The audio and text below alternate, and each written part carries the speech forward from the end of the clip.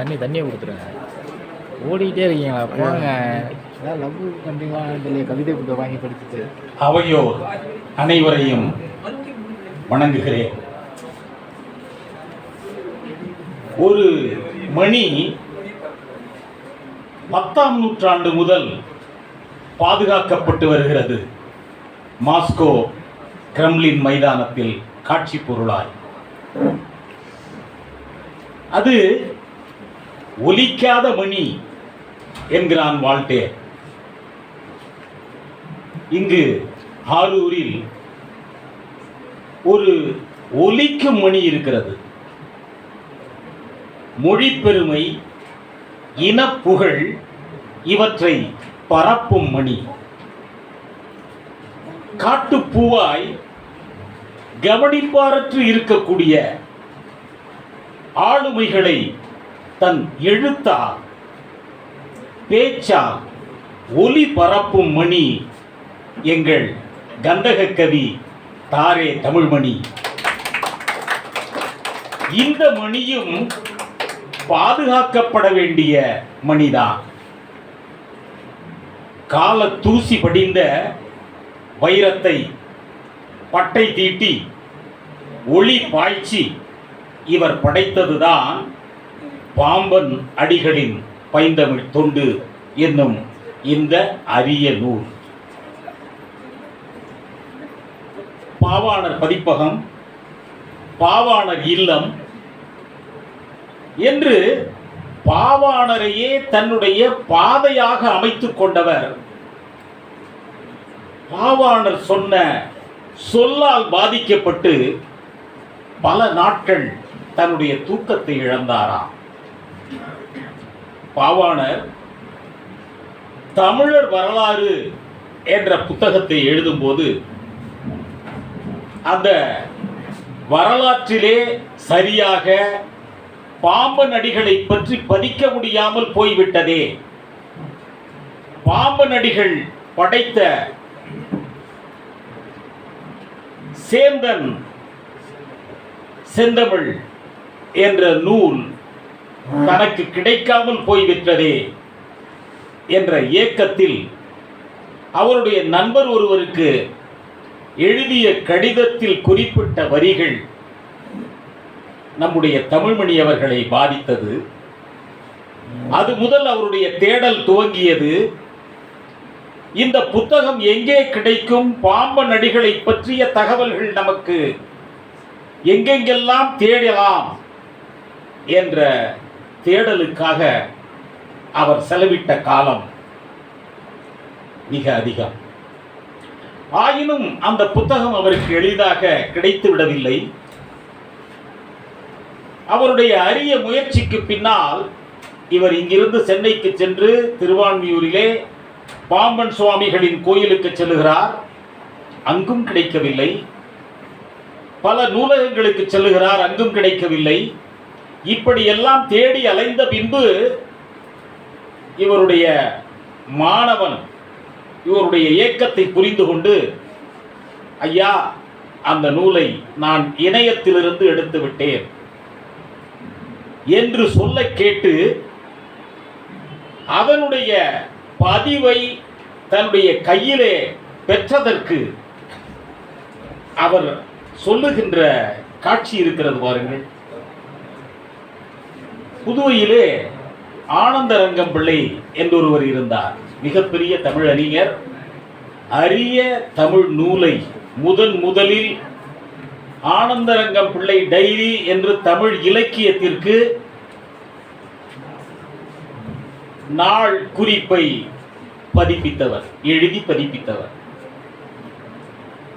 அவர் சொல்லுகிறார், ஒரு முறை இங்கிலாந்துக்கும் பிரான்சுக்கும் போர் துவங்கிய போது பிரான்சின் ஆளுமையிலே இருந்த பாண்டிச்சேரிக்கு கப்பல்கள் வரவில்லை. கிட்டத்தட்ட ஓராண்டு காலம் கப்பல் இல்லாமல் துண்டாடி கிடக்கிறது புதுச்சேரி. அதன் பின்னால் அந்த கப்பல் வந்தபோது அதை பார்த்து எந்த அளவுக்கு நாங்கள் எல்லாம் மகிழ்ந்தோம் என்று ஆனந்தரங்கம் பிள்ளை தன்னுடைய டைரியிலே பதிவிட்டிருப்பதைப் போல நானும் அந்த புத்தகத்தின் பதிவு என் கைக்கு கிடைத்த போது மகிழ்ந்தேன் என்று குறிப்பிடுகிறார். அதைவிட மிக அவருடைய அந்த அந்த புத்தகம் கைக்கு கிடைத்ததும் அவர் பெற்ற அந்த துள்ளலை அவர் ஒரு காட்சிப்படுத்துகிறார் பாருங்கள். மிக மிக அழகான நுட்பமான காட்சிப்படுத்தல். மேய போன ஆடு வாசலுக்கு வருவதற்குள்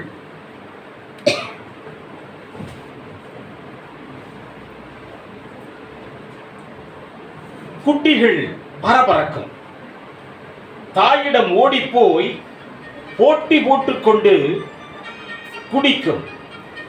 குட்டிகள் முட்டி முட்டி குடிப்பதால் ஆட்டின் அவருடைய கவனிப்பின் நுணுக்கத்தை பாருங்கள். குட்டிகள் முட்டி முட்டி குடிப்பதால் ஆட்டின் பின்னங்கால்கள் தரைக்கு மேல் எழும்பும். ஆட்டுக்குட்டிகளின் வால்கள் டிங் டிங் என்று ஆடும்.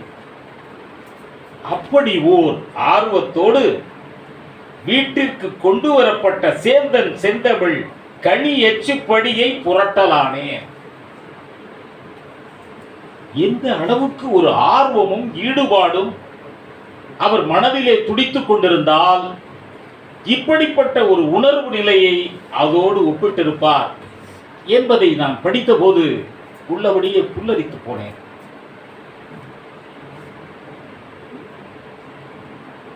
இந்த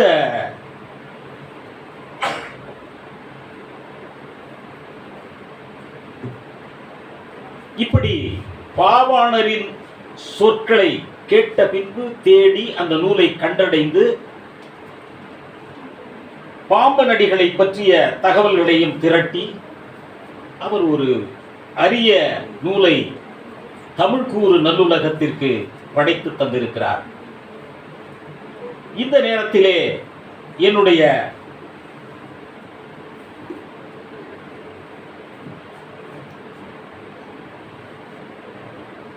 பாம்பனடிகளோடு என்னுடைய ஒரு அனுபவத்தை பகிர்ந்து கொள்ளலாம் என்று கருதுகிறேன். நான் இந்தியன் வங்கியில் பணிபுரிந்தேன் சென்னையில்.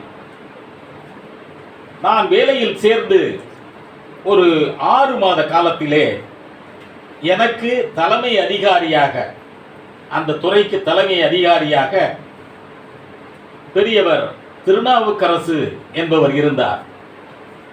அவர் ஒரு குணக்குன்று, மிக அமைதியானவர், அன்பானவர்.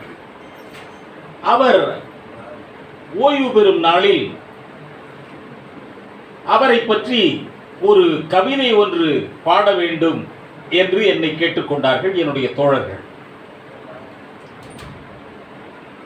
அவரை பற்றி நான் சொல்லிய ஒரு வரியை சொன்னால் அவருடைய குணம் உங்களுக்கு புரியும். சாட்டையின்றி தேரோட்டும் சாரதியை கண்டதுண்டா என்று ஒரு வரியிலே அவருடைய குணத்தை பற்றி நான் பாடியிருப்பேன். அந்த பிரிவுபச்சார கவிதையை படைப்பதற்காக அவரை பற்றிய தகவல்களை எல்லாம் நான் திரட்டுகிறேன். திரட்டி ஒரு கவிதையாக வடித்து படித்தேன். அது இந்தியன் வங்கியினுடைய தலைமை அலுவலகம். எனவே இந்தியன் வங்கியின் பொது மேலாளர்கள் எல்லாம் கலந்து கொண்டார்கள் அவரது பிரிவுபச்சார விழாவிலே. அப்போது நான் குறிப்பிட்டேன், பாம்பன் சுவாமிகளின் பக்தர்களில் மணியே. கிட்டத்தட்ட ஒரு 16 அடிகள் இருந்த அந்த பாடலில் இந்த ஒரு வரியை நான் குறிப்பிட்டிருந்தேன். விழா முடிந்தது. பெரிய பெரிய அதிகாரிகள் எல்லாம் அவரை பாராட்டி பேசினார்கள்.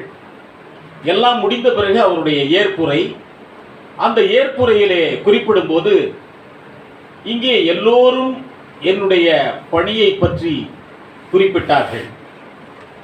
ஆனால் இவை எல்லாவற்றையும் விட இந்தியன் வங்கியில் சமீபத்தில் தான் சேர்ந்த மோகன் சொன்ன ஒரு வரிதான் எனக்கு உள்ளபடியே பெருமைப்படத்தக்க வரியாக அமைந்தது. பாம்பன் சுவாமிகளின் பக்தர்களில் மணியே என்று அவர் குறிப்பிட்டதை என்னுடைய வாழ்நாள் பேராக கருதுகிறேன் என்று அவர் குறிப்பிட்டார். எனக்கு பாம்பன் சுவாமிகளை பற்றி அந்த நேரத்தில் தெரியாது, அவருடைய பணிகள் தெரியாது, அவருடைய பெருமை புரியாது. இருந்தாலும் நண்பர்கள் சொன்ன தகவலை வைத்து ஒரு வரியிலே அதை வடித்திருந்தேன். அவர் சொன்ன என்னுடைய வாழ்நாள் பேரு என்று அவர் குறிப்பிட்ட அந்த கணம் நான் சற்று அதிர்ந்து போனேன். விருந்து முடிகின்ற வேளையிலே அவரிடம் கேட்டேன், பாம்பன் சுவாமிகளை பற்றி அறிந்து கொள்ளும் ஆர்வத்தை என்னுள் விதைத்து விட்டீர்கள், அதை பற்றி நான் எப்படி தெரிந்து கொள்ளலாம் என்று கேட்டபோது, நீங்கள் திருவான்மியூரிலே அவருடைய கோயில் இருக்கிறது, அங்கே செல்லுங்கள், பிறகு எல்லாவற்றையும் நீங்கள் புரிந்து கொள்வீர்கள் என்று சொன்னார். அதிகம் பேசாதவர் என்று சொன்னார். ஆனால் நான் தான் அது வாலிப வயது, நண்பர்கள், வங்கி, தொழிற்சங்கம், இப்படி பல கூறுகளாக என்னுடைய ஆர்வம் பிரிந்து கிடந்த வேளையினால் திருவான்மியூர் செல்லாமலே இருந்து விட்டேன். இது நடந்தது 1974, கிட்டத்தட்ட 50 ஆண்டுகளுக்கு பின்னால். இன்றைக்கு அந்த பாம்பன் சுவாமிகளை பற்றி நம்முடைய கந்தக கவி படைத்த இந்த புத்தகத்தை திறனாய்வு செய்யும் ஒரு வாய்ப்பு எனக்கு கிடைத்திருக்கும் போது நான் இந்த தொடர்பை சற்று பரவச நிலையிலே உணர்ந்து பார்க்கிறேன்.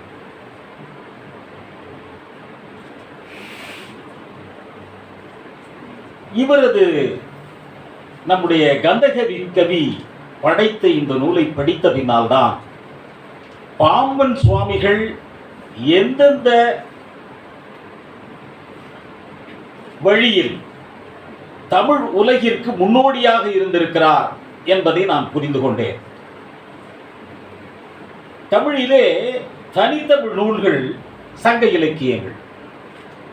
அந்த சங்க இலக்கியங்களுக்கு பின்னாலே தனித்தமிழ் நூல் படைத்ததில் முன்னோடி, இந்தி எதிர்ப்பில் முன்னோடி, வடமொழி ஆதிக்கத்தை எதிர்த்ததில் முன்னோடி, வேர்ச்சொல் ஆய்வில் ஈடுபாட்டோடு செய்தவர் என்று என்னுடைய அறிவிற்கு எட்டியதெல்லாம் பாவாணர். அந்த பாவாணருக்கும் முன்னோடி என்று அறிஞர்கள் குறிப்பிடுவது ஞானப்பிரகாசர். ஆனால் இவர்களுக்கெல்லாம் முன்னோடியாக பாம்பனடிகள் இருந்திருக்கிறார். தமிழ் சொற்களின் மீட்பு பணியிலும் இவர் முன்னோடியாக இருந்திருக்கிறார். இத்தகைய பல கூறுகளில் தமிழில் முன்னோடியாக பாம்பனடிகள் இருந்த செய்தியை சொல்லுவதில் இந்த நூல் முன்னோடி என்று நம்முடைய தாரே தமிழ்மணி அவர்கள் சொல்லுவது முக்காலும் உண்மை. ஆனால் ஒரு பரிதாபம், இப்படித்தான் நம்முடைய தமிழ் கூறு நல்லுலகின் மிக பெரிய ஆளுமைகள் எல்லாம் வெளியே தெரியாமல் மறைக்கப்பட்டிருக்கின்ற பரிதாபத்தை நினைக்கும் போது உள்ளபடியே வேதனைப்படுகிறேன். இப்படி பல துறைகளிலே தமிழிலே ஒரு புரட்சியை செய்த பாம்பனடிகளை சாதாரண முருகன் அடிமை, ஒரு இறையியல் அறிஞன் என்ற ஒரு சிறிய சிவிடுக்குள் சுருக்கி அடைத்து விட்டார்களே என்பதை இந்த நூலை படித்த போது நான் உள்ளபடியே புரிந்து கொண்டேன். இவர் எந்த நூலை நாம் படிக்கும் முன்னாலும் அந்த நூல் படைக்கப்பட்டதன் காரணம் என்ன, அதற்கான தூண்டுகோல் என்ன, அந்த நூலின் தன்மை என்ன என்பதை நாம் புரிந்து கொள்ளாவிட்டால் அது அந்த நூல் படிப்போராத குற்றம் என்று ஞான வாக்கியம் என்ற நூலிலே பதிவிட்டிருக்கிறார். நூன்முறை அறியா பான்மை இழுக்கம். எந்த நூலை படித்தாலும் அந்த நூல் ஏன் எழுந்தது, எந்த சூழலில் எழுந்தது என்பதை நாம் புரிந்து கொண்டு படித்தால் உண்மையிலேயே அந்த நூலின் முழு பரிமாணமும் நமக்கு தெரியும் என்பதை இவருடைய வரிகளிலிருந்தே நாம் புரிந்து கொள்ள முடிகிறது. அப்படி இவர் இந்த நூலை படைப்பதற்கும், எப்படி நம்முடைய கந்தக கவி இந்த நூலை படைப்பதற்கு பாவாணரின் சொற்கள் காரணமாக அமைந்ததோ, அதை போல இந்த நூலை நம்முடைய பாம்பனடிகள் அவர்கள் படைப்பதற்கும் ஒரு பாடல்தான் காரணமாக இருக்கிறது. எப்படி கனக விஜயர்கள் வட இந்திய மன்னர்களாக இருந்தபோது தமிழ்நாட்டு வணிகர்கள் அங்கே சென்று அவர்களை கண்டு தமிழரின் பெருமைகளை பேசிய போது, இமயத்திலே கல்பொறித்து கங்கையை வெற்றி கொண்டதெல்லாம் சொல்லிய போது, அவர்களெல்லாம் அந்த நேரத்தில் எம்மை போன்ற வீரம் மிக்க வட இந்திய மன்னர்கள் இல்லை போலும் என்று இழிவாக கனக விசயர்கள் சொல்ல,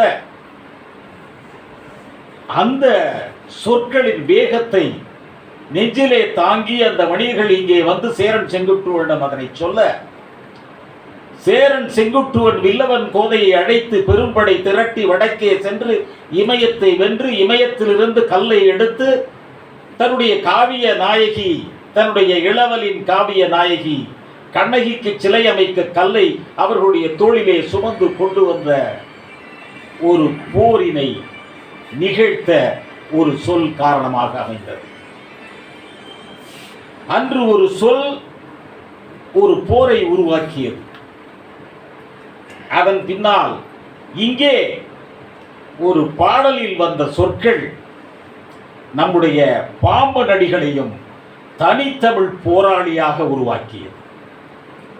சொற்களுக்கு மானம் மிக்கவர்கள் கொடுக்கும் மரியாதையும் அதன் பின்புலத்தை புரிந்து கொள்ளக்கூடிய ஆற்றலும் அவ்வளவு இருக்கிறது என்பதை நாம் புரிந்து கொள்ள முடிகிறது. அப்படி அவர் என்ன சொல்லிவிட்டார் என்பதை நாம் பார்க்கும்போது, அவர் பெயர் ஈசான தேசிகர், சாமிநாதர் என்னும் பெயரையும் உடையவர்.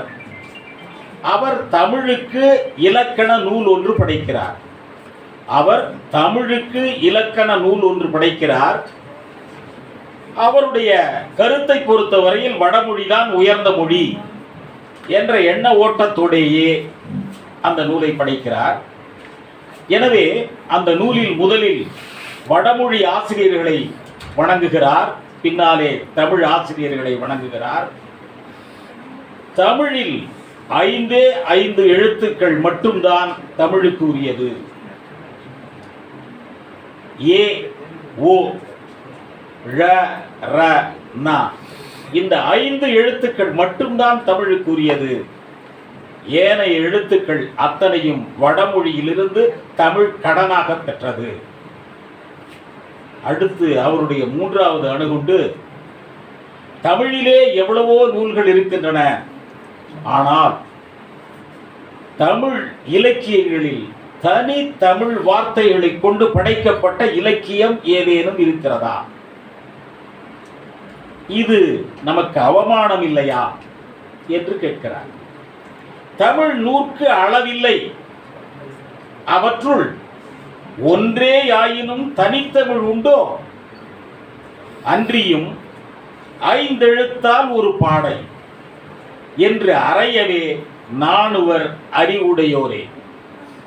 ஆகையால் யானும் அதுவே அறிக.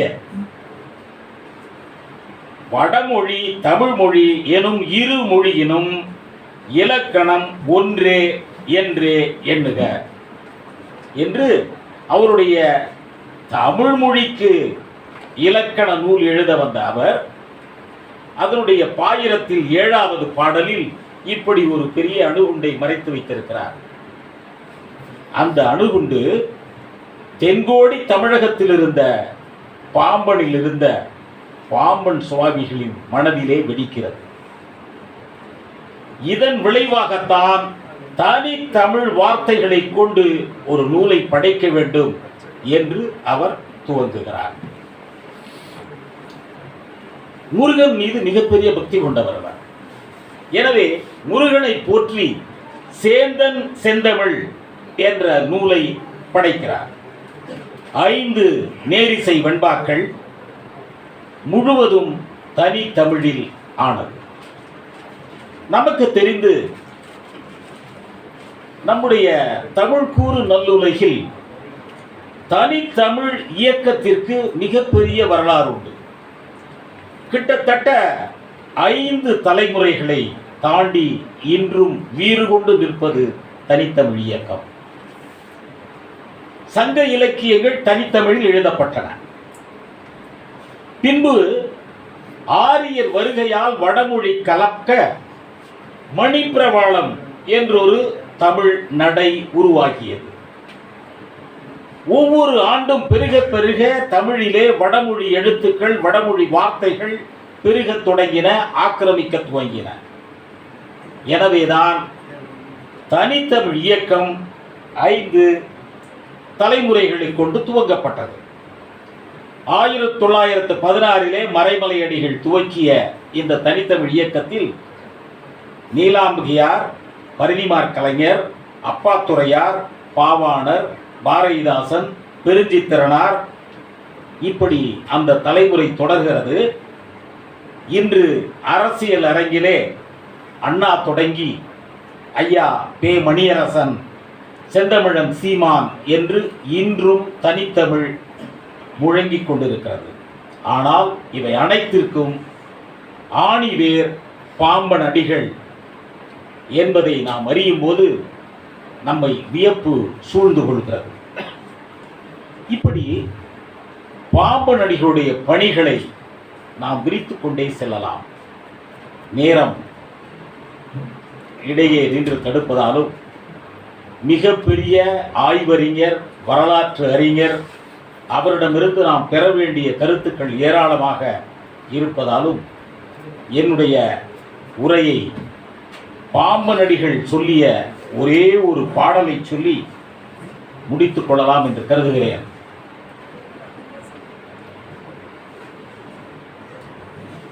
பாம்பனடிகள் காலத்தில் மட்டுமல்ல, இன்றைக்கும் தமிழுக்கு நாற்புறமும் இருந்து இட ஆங்கிலத்தின் முற்றுகை, எங்குமே தமிழ் இல்லை, தமிழ் ஏதிலி நிலையிலே கிடந்து தவிக்கிறது.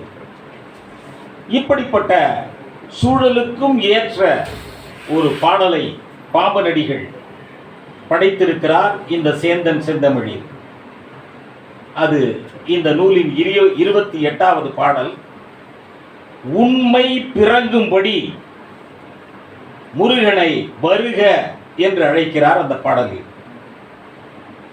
கார்பூன் கலகலன, கைப்பூன் பளபளன, நூற்பூன் மிக மெளிர, நோன் சென்னி மேல் பூன் முடி திகழ, என் முன் முருக நீ வாராய் என்று முருகனை அழைக்கிறார். எதற்காக அழைக்கிறார் என்பதுதான் முத்தாய்ப்பு. படிரு படிராம்படி, படிரு என்றால் பொய். இன்றைக்கு தமிழ் உலகத்தை சூழ்ந்திருப்பது தமிழின் மீது அக்கறை உள்ளவர்கள் போல போலித்தனமாக காட்டிக்கொள்ளக்கூடியவர்களின் பொய் முகம். அந்த பொய் முகம் கிழித்தெறியப்பட வேண்டும். படிரு படிராம்படி நீ வா என்று முருகனை அழைக்கிறார். வருவான் முருகன், யானை மீதேறி மீசை முறுக்கேற்றி வருவான், மீட்பான் தமிழை. வாழ்க தமிழ். வாய்ப்புக்கு நன்றி.